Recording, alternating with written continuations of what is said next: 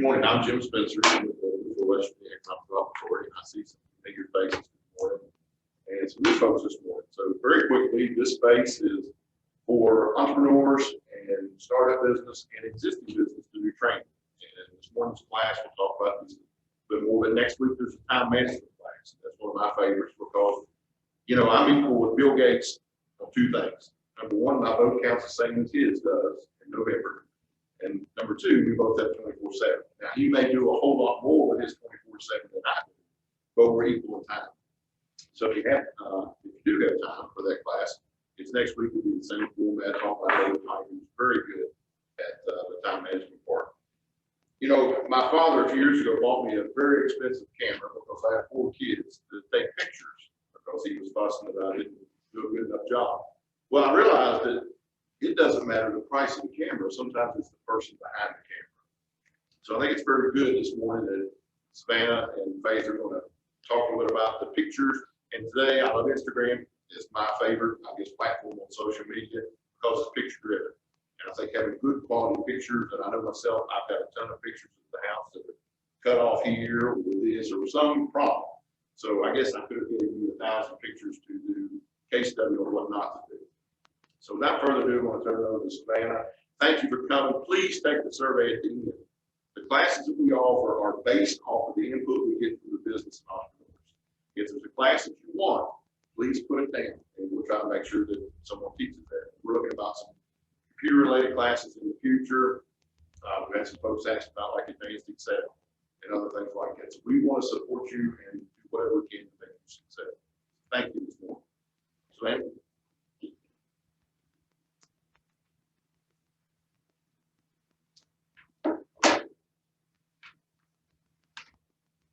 Morning. I see some action in the chat box this morning, which is good. So thank you guys so much for joining us. I want to talk about the key elements of a good smartphone photo and the reason why we should be focusing on that. Because the days of needing a fancy camera, like Jim said, are over. You don't need a fancy DSLR, you don't need a fancy video camera. Odds are the camera that you brought to you in this class, or you're watching on maybe on Zoom, is just as great of a camera. So let's talk about the key elements of a great smartphone photo. And for starters, lighting is your number one.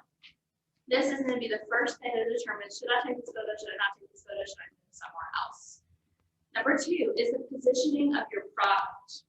And luckily, Vicki was headed with Cornerstone Gifts in Louisville, Virginia, brought us a couple things to mess around with today for some good examples.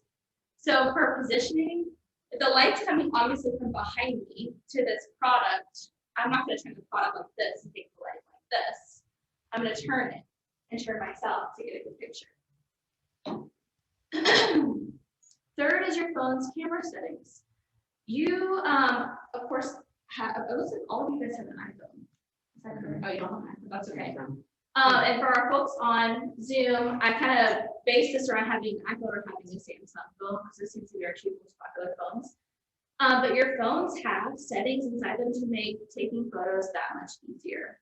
And then the 4th step would be editing your photo after you've taken it. And there's 2 apps that I like to use. One is VSCO or Visco and Lightroom. And we'll get talking about this.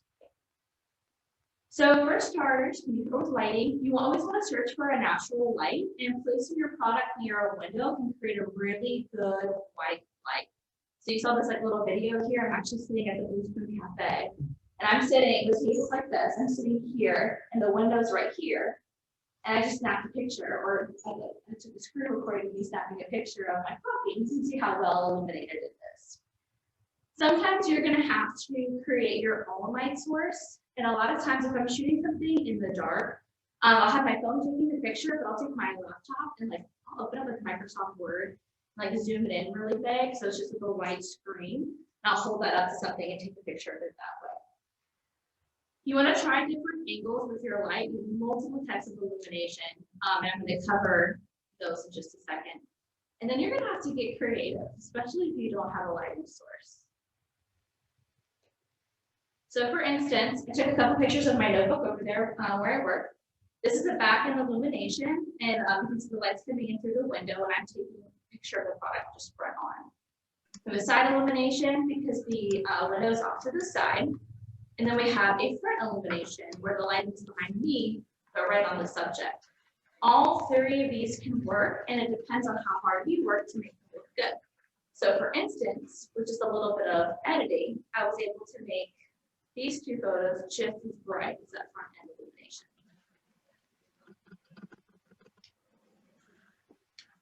So I'm going to kind of cover how I took some of these pictures. Now, these were all taken on my iPhone. So this picture here of my friend Laura, I had a completely dark room. It's dark outside, which made it a lot easier. And then I had her turn her TV on, and I found this YouTube video for 10 hours of the blue screen. I don't know if people upload some crazy things. And I just had that on, and then she took her iPad tablet and kind of propped it up, kind of did what we had to do, and just went to a Google picture of a red image. And then I just kind of crouched down and took a photo of her. And believe it or not, this photo isn't even edited. I didn't do anything to this picture. I just took it straight with my iPhone. And then here we have this water bottle. My backdrop, I literally am sitting in my mom's car. And I just got this water bottle from the store. And it's laying on my lap. I have my mom's jacket down to kind of create a good backdrop. I'm holding the water with my hands. The sun's kind of coming through the window. It's kind of cloudy. And the sun's coming through the window, and I just snapped it with my phone like this.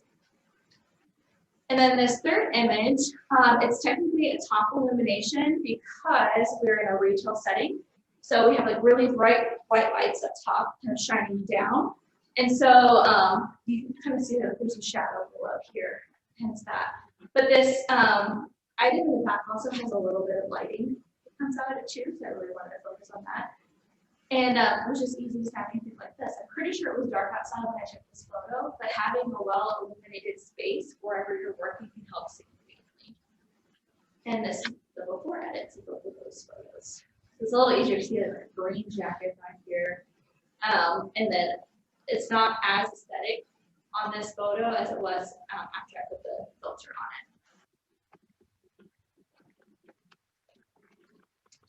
So next up is white balance. And this can play a huge key on saving you time.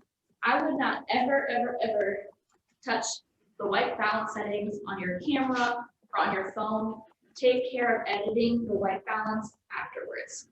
So for instance, this is the new fire station in Cumberland Road. I took this picture, and this light and this light are yellow. And so of course it's going to cast like an ugly yellow onto your picture. And it doesn't help if the walls are painted like a cream color. So what you can do is post-processing. You can change the white balance. You're basically adding a blue hue to kind of counter the yellow hue. So you think about it, complementary colors. Blue works for yellow, green works for red, and so on and so forth. And you kind of can apply that white balance when it comes to pictures of people. I tend to have like a slightly red complexion. I'm wearing makeup, so you can't tell, but I will apply a little bit of green just to offset my complexion. So next is using a reflector. Actually brought. This is my handy dandy 90-cent piece of cardboard from the Dollar Tree. You can be fancy and buy one of these reflectors if you want to.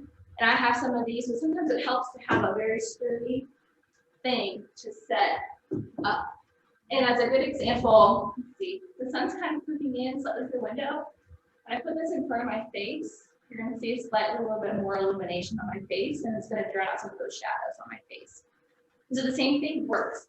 Like for instance, I'm sitting right here, and as soon as I put the board in front of this item, this back end here is illuminated. So if I have a light coming in from the back, I'm going to put the reflector up to my item, and I'm going to take the picture that way. Now I have a back end illumination and a front end illumination because of the reflector. So again, you don't have to go on Amazon and buy some crazy expensive reflector. Your 90-cent piece of postcard from Dollar General will do the same thing.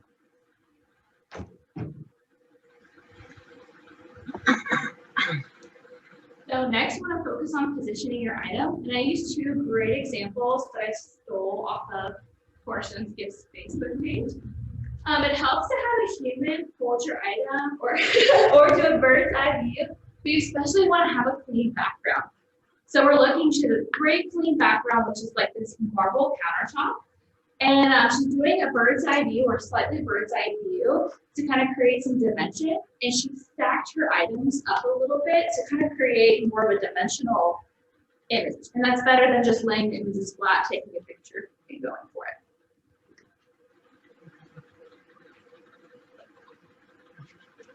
And this is another one. I just took a notebook, a great example.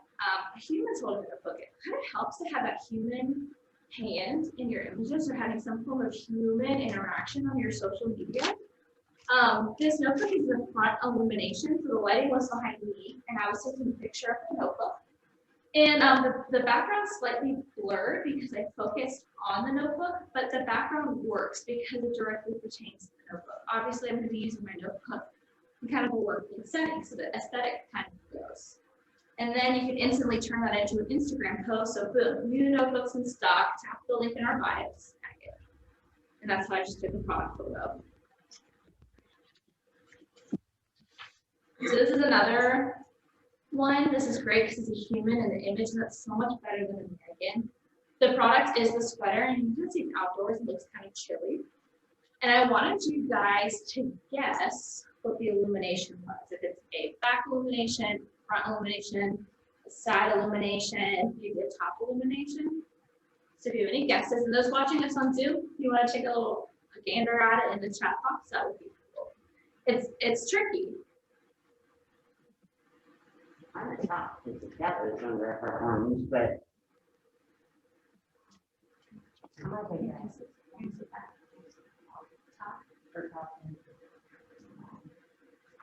So actually, the sun is right behind my elbow, and it's technically a back illumination. But what happens is when you use a reflector, you're able to see my sweater just as well as if it was illuminated from the top or illuminated from the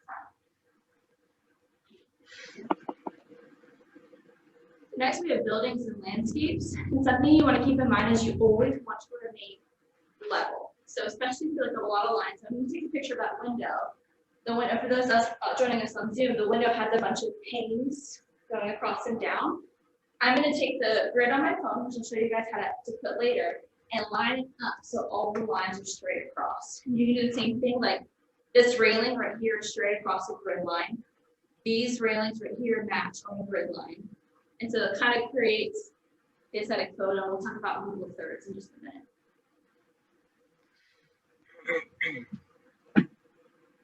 This is another one that I took over downtown through the window. And it's another one where I watched my grid lines, the top of this building straight, the top of this building straight. And then you'll see it later with the rule of thirds. We also put a grid right here. Everything can kind of be centered in that grid, not off to the side or a weird angle. And you can't even tell that this is looking out a window. This photo just up to the window to the picture. So this is, we're talking about camera settings. So I have an iPhone here on the left, and here's a Samsung here on the right. The biggest components are, number one, you're gonna have flash. I almost pretty much never use flash. I don't like flash. I think it creates a really harsh light, whatever you're trying to do. So you want to avoid using flash as much as possible. On iPhone, I believe Samsung, please correct me if I'm wrong, offers a live photo option. So it kind of records as you're taking the picture. So maybe if something doesn't come out right the first time, you can go back in and kind of drag your finger on which frame you'd like for it to take a picture from. You then have aspect ratio. So for instance, this is a 3/4 aspect ratio. And think about it just as a proportion that you're taking in. It's just the square that it gives. This presentation as a whole is a 16:9. So like 16:9, my phone's watching on Zoom. And so you're able to turn your phone and you can take a 16:9 that way, or you can do a 3/4 this way. But your phone allows you, especially in post-processing, to crop fitting those aspect ratios later. And when you go to edit things in Canva, or some of you guys attended our Canva class, Canva, if you're doing something, will say, oh, what's the aspect ratio that you want to be, fill in from there. The more you work with it, the more it will make sense, even though it makes sense now. You then have aperture, and this is my favorite. If you don't do anything to your photos, do this one thing. And when on iPhone, when you tap the object to try to take a picture of, this little sun dial thing pops up.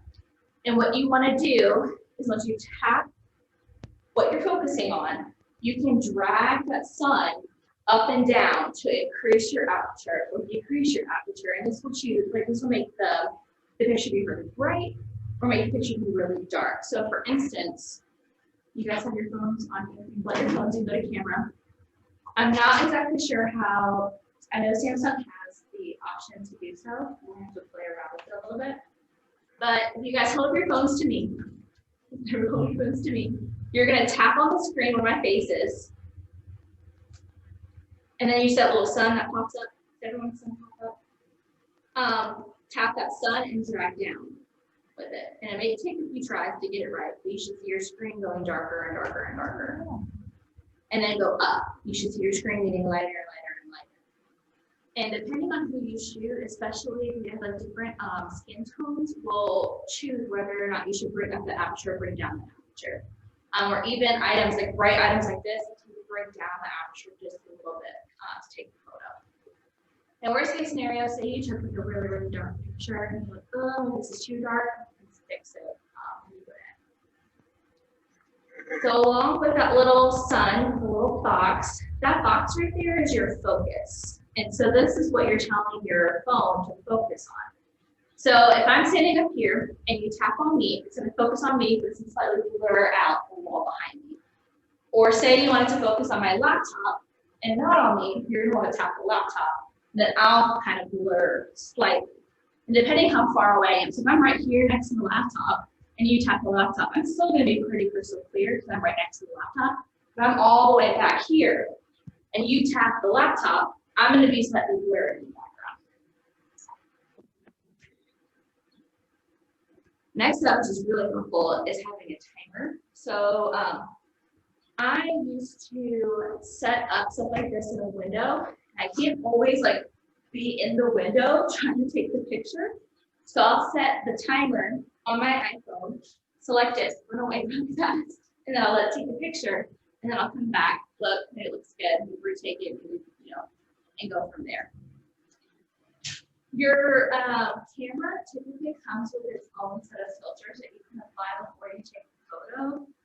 I would not recommend using those. I don't like them because pretty much once you take the picture with that filter, there's no going back. So I prefer to add the filter afterwards so you have some ability to move filters if you want to.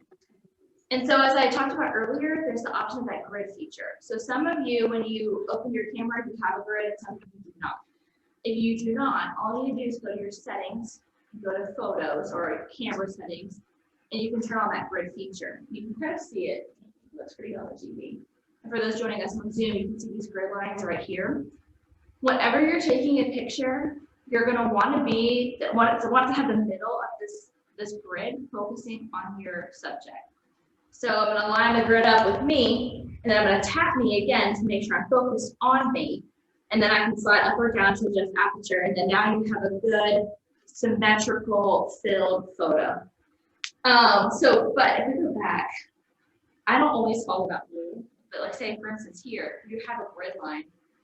The middle grid would come about right here over a notebook, and notebook seems to be the most important to me. And for instance, here, I'm focusing on something that's pretty far away. So my grid is about here in the center of the room. And then if this one, my grid is right here in the middle, that's my focus. The same with Laura, my focus is pretty much here on the image. So we have that box that you're referring to that shows up. Is our grid already set in settings probably? Yeah, if the lines show up, you're good to go. Then you just want to keep whatever you take in that middle grid. And of course, that rule is not going to apply for everything. It's going to be a little complicated. So if you have something long like this, you're going to want all three middle grids, boxes to line up with this image right here.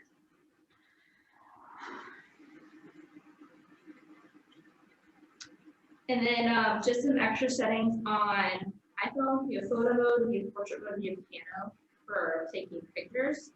I like to use just the photo the most. Portrait's cool because it blurs out that background for you, but I still like to have control of that when I go to edit the picture myself. And then Pano is really cool. So say like you have the downtown, you just take a quick panorama of the whole downtown. Samsung has some similar types of live focus video and then pro mode. You're able to do the cameras in there too. And then yeah, timer ratio, effects works the same with the filters that I mentioned. It's got a single face thing where it takes pictures with all sorts of different things and the video at the same time. So you Oh yeah, kind of can- like the live photos. I figured my sister has a Google phone and she did that and she sent it to me to take a live photo. I was like, ah, Google getting things, dude. Now we're gonna talk about editing. Excuse me. I prefer to use VSCO or some people call it VSCO. I call it VSCO and then I realized all the hip kids call it VSCO. My bad. So when you open the app and you select the picture that you want to edit, your first step is going to be to select a filter. And there are tons and tons of filters to pick from. I have the paid version, but you can do just as much with the free version. The paid version just has a couple extra things that once you get comfortable with, you can upgrade later on if you want to. You select the filter first, and then you can go through, and there's going to be these options for editing. We'll cover those in just a second. And then it's just as easy as saying next and saving to your camera roll, and then you have the saved image. The Lightroom app is extremely similar. You're going to want to do your filters and photo adjustments and blur background all in your post-processing. There are other apps. So if there's an app that you use, maybe I just didn't mention it, as long as it works for you, that's what's the most important. But once you're inside VSCO, I'm going to cover just the ones that I use the most. So exposure, that's basically the same thing as aperture, except now it's post-processing, so we're going to call it exposure. And that's where later on you can choose to make it brighter or darker if you'd like to. I don't use contrast as much. I use adjusting. So say maybe I took the picture, but I was in a rush and my grid was wonky. You can go back in and adjust and straighten that image out and crop it slightly to make it fit those grid lines. You have sharpening clarity, which is just kind of takes the individual pictures of the image and kind of like HD, if you will, kind of makes it look like a high definition. I like saturation, so if I take something like, you see this image on the left, I kind of increase the saturation so the colors are a little bit more vibrant, like my cacti has a little bit more vibrant head.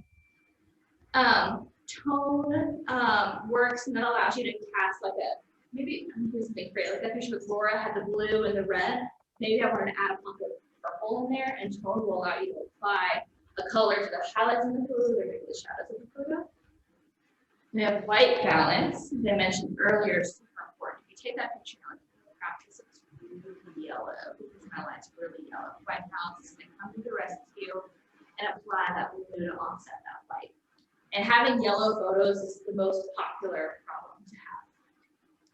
You also have skin tone features, so you can dial down. Like I said, I tend to have a red complexion. You can dial it, move that up to make it slightly more green. And maybe someone has a little more yellow complexion, you can apply purple. Min-jet, that's cool. It just kind of creates a shadow around the outer edges of the picture. More dramatic. Grain, you can mess with. Fade, you can mess with. Split tone, you can mess with. I don't even mess with borders or HSL, and I don't put text in the image until I upload it to Facebook, Instagram stories, or whatever. But I do like blur, and that will allow you to apply that really blurry background if you want to. The biggest piece of advice that I have for editing your photos is, especially say you use VSCO, upload a photo, press every single filter so you can know which ones you tend to like. If you tap and hold, it'll allow you to see that filter as a favorite. And it's kind of hard to see. I have a little favorites tab right here. So I can just like, this is just my favorite filters. And then I want you guys to go through every single like editing setting in the app and see what it does. That's the best way to figure out what you like and figure out what's going to look the best for you. So for helpful tips, when I'm going to take the picture, I'm always going to shoot one vertically and one horizontally. Because vertical works best for Instagram stories or Instagram or uploaded to Snapchat or something like that horizontal works really well. If you're gonna upload on Facebook or maybe you want to get like a print made of your product. But if you're in a pinch, like a one shot, let's make this happen real fast. I believe it's vertical, because that'll work the most, especially with mobile. So if you think about it, when you're scrolling through your phone on Facebook, your phone in itself is vertical. So if you have the opportunity to shoot both. But if you're in a pinch, shoot vertical. Facebook and Instagram are prioritizing media that's created on your phone. So if you take a picture on your phone, edit it on your phone, post it from your phone, it's more likely that your image or post will be prioritized in the algorithm than a picture that you take with a camera and upload on a computer. And even say you took a picture with your camera and you email it to yourself and then post it that way, there's metadata tracking every single photo you take. So if I can take this cell phone right here, slap a picture down there, I can upload it to the site and they'll tell you this was taken on a iPhone 10. So your iPhone. They'll say iPhone 10 or 11 or whatever, Pro Max, it'll say. It'll tell me what exactly the aperture is. It'll tell me what the shutter speed is. It'll tell me where the photo was taken. And it'll tell you all other types of the ISO settings and stuff like that. So all of that information is trapped on the image itself. So even if you email to yourself and upload with your phone, Facebook is still able to see, oh, this was taken on a fancy camera and on a cell phone. If there's like, oh, it was taken on 11 Pro Max, they'll prioritize that number. It doesn't matter what kind of taken on phone, this is on a phone. To get better at this, the best thing you can do is if you see something beautiful, snap a photo of it and practice editing. I love sunsets, so I will take pictures of the sky, and I will just edit them and post them just for fun. Other pretty things. I love, like for instance, you can put a picture of a water bottle. I love the way light kind of bounces off of water. And I'll always just, oh, this is so pretty. So if you find yourself saying, oh, this is so pretty, take a picture and practice editing it. So you never know when you have that situation when it comes to your product. So now I'm going to move into live demonstration mode. And you guys joining this in person, you'll have the opportunity to kind of practice taking some pictures. Our folks on Zoom, you are welcome to stick around as we do some live demos and practice. But I do ask before you leave, if you can scan this little QR with your phone and take the survey. If you are on your phone watching the Zoom, you will be emailed the link to the survey afterwards. Please take the survey. It tells our boss how awesome we're doing and what classes you'd like to see, and it tells Intuit what kind of classes you guys want to see. They can make sure if they have resources they can publish back in. So that's really important. So we're going to begin the live demo. I'm going to show you guys just a couple pretty pictures that I just took for practice. And I'll start with this picture of my sister. She's sitting in a chair at a kitchen table. And my grandma has one of those like kind of booth seats where like the window's like 1, 2, 3. And I'm sitting here, she's sitting across from me. I snapped that picture of her. This is really good. I just put a black and white filter on it, and you can just see what's illuminated. It's just what was right next to the window. It's really great. They took this gorgeous picture of a window, and it was gorgeous beforehand. It was just running it through VSCO real fast, made it like chef's kiss, perfect. And these are just some fun things, take pictures of just for practice. And also, you break up your Instagram feed by posting pretty photos. So if you look at our Instagram, Faith posted a picture of downtown, this is a picture of the pretty flowers outside, which creates a break everything that you're posting. All right, let's move to the live demo round. Vicki was kind enough to bring some items for us to practice on. And basically, we can kind of break this up. I can move something, a couple things back here, in that corner, maybe over there.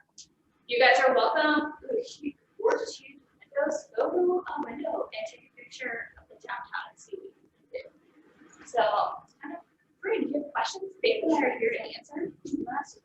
Yeah, for sure. So when you go to upload Instagram, obviously they have filters and things.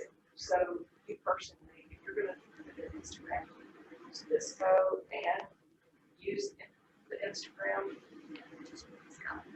I'll use ready to upload it. I'll use Instagram filters, and more so Instagram actually has options like the exposure, contrast, and things like that. That's helpful. You can use those to be really good at it. For the longest time before I found VSCO, I did use Instagram to edit. I just like more options that were available in VSCO. But yeah, it's ready once you're done with it in VSCO, unless Instagram has some crazy filter that makes it look even better. It's up to you. VSCO, they have a free version, but they also have a paid version. So you have the option. So I'm going to set up. I'm going to take this and go over to this back corner.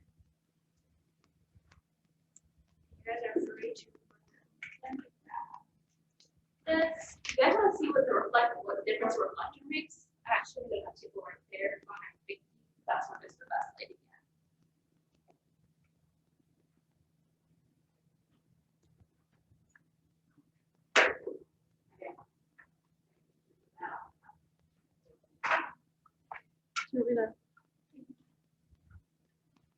It's a new problem. I actually would, at some point, really good picture of you in front of this, so that I can upload it on this. Okay, we can do that.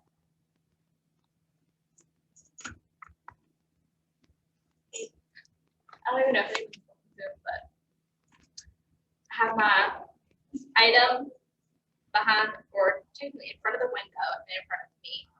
And take my reflector. And it's where you kind of see how the difference having that reflector makes. Yeah. I never would have thought of that. I always thought the whiteboards were for the background. Yeah, you can just as well. Yeah. And that works too. Or even what I would do in this situation, since it's just me taking pictures, I would turn like this. Go like this, and take a picture this way. That way it's both a reflector and a background. Awesome. All right. Set up. Thank you guys so much for joining us. If you're still on Zoom, if you have any questions, feel free to drop in the chat, send us an email, whatever works for you. Thanks.